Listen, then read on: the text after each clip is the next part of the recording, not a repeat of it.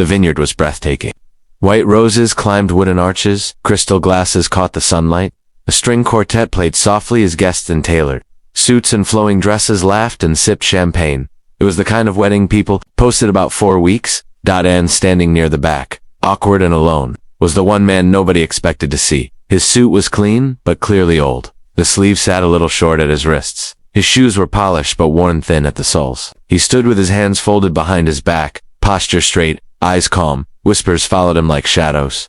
Who invited him? A woman murmured, glancing sideways.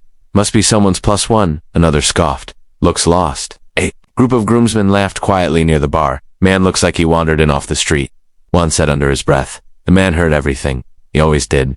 But he didn't flinch. His name was Daniel Brooks, 49 years old, quiet, composed, invisible in rooms like this. He checked his watch, then scanned the crowd, as if making sure everything was in order. Someone nearby snorted. Why is he standing like that? So stiff. Daniel didn't answer. He simply adjusted his jacket and waited. The music shifted, guests took their seats, cameras lifted, the ceremony was about to begin. Then the groom appeared. Ethan Walker stepped onto the aisle in a perfectly tailored tux. Confident smile, polished shoes. Applause followed him. He paused for a moment, eyes scanning the crowd. Then he saw Daniel. Ethan stopped walking. The whispers grew louder. What's he doing? Did he forget something? Ethan turned fully toward Daniel, and then, in front of everyone, he did something no one expected. He stood straight, brought his heels together, raised his hand sharply to his brow, a perfect command salute. The entire vineyard froze. The string quartet faltered, then stopped. A gasp rippled through the guests. Daniel's eyes widened for just a fraction of a second. Then instinct took over. He snapped to attention and returned the salute. Precise, sharp, flawless. The silence was deafening. Ethan held the salute for a long moment before lowering his hand. His voice carried clearly across the rows of stunned guests. Thank you for being here, Sergeant First Class Brooks. Murmurs exploded. Sergeant. What does that mean? Ethan walked toward him, ignoring the whispers, ignoring the stares. This man, Ethan said, voice steady but thick with emotion, is the reason I'm standing here today. Daniel swallowed. Sir, Ethan shook his head. No, sir, not today.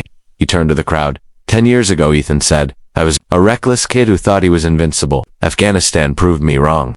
Guests shifted uncomfortably. I was injured during a convoy attack, lost communication, lost blood, lost hope. He looked at Daniel. Sergeant Brooks dragged me out under fire.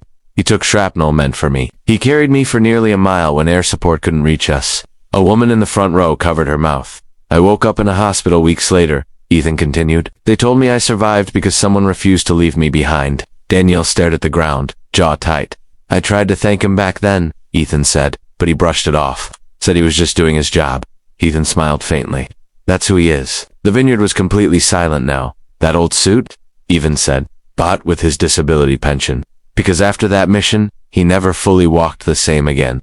Gasps rippled through the crowd. And while I went on to build a career, a family, a life, Ethan said, voice breaking. Sergeant Brooks quietly retired and never once asked for recognition. Ethan stepped closer to Daniel. You taught me what leadership looks like, he said. What sacrifice means. What honor actually costs. Tears filled Daniel's eyes, but he stood tall. Ethan turned back to the guests. Some of you laughed at him, he said calmly. Some of you judged him. No one spoke.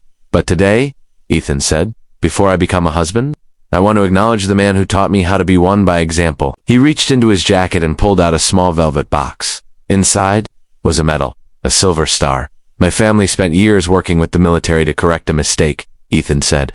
This medal was approved last month. He looked at Daniel. It belongs to you. Daniel's breath hitched. I don't. Ethan stepped forward and pinned the medal to Daniel's lapel. The crowd stood in unison. Applause thundered across the vineyard. Not polite. Clapping. Real applause. Some guests cried openly. Others stared at the ground, ashamed out. Daniel finally spoke, voice low and steady. I didn't save you alone, he said. We never do. Ethan nodded. That's why you deserve it. He stepped back, saluted one last time, then returned to the aisle. As the ceremony continued, nothing felt the same. People glanced at Daniel differently now, with respect, with humility. Later, at the reception, guests approached him one by one. I'm sorry, one man said quietly. I was wrong. Another admitted. Daniel accepted every apology with grace. When a child asked him, are you a hero? Daniel smiled gently. No, I just kept my promise. What promise? To never leave someone behind. As the sun dipped behind the vineyard hills, Ethan raised his glass. To Sergeant Brooks. he said. The man who reminds us that greatness doesn't need to announce itself. Glasses, CLINKED. And the lesson settled deep into every heart that witnessed it. Never mock someone because they don't fit your image of importance. True honor often wears quiet clothes, carries unseen scars, and waits patiently while the world misunderstands it. Respect should be given before it's proven big. You never know whose life you owe to the person standing silently in the back.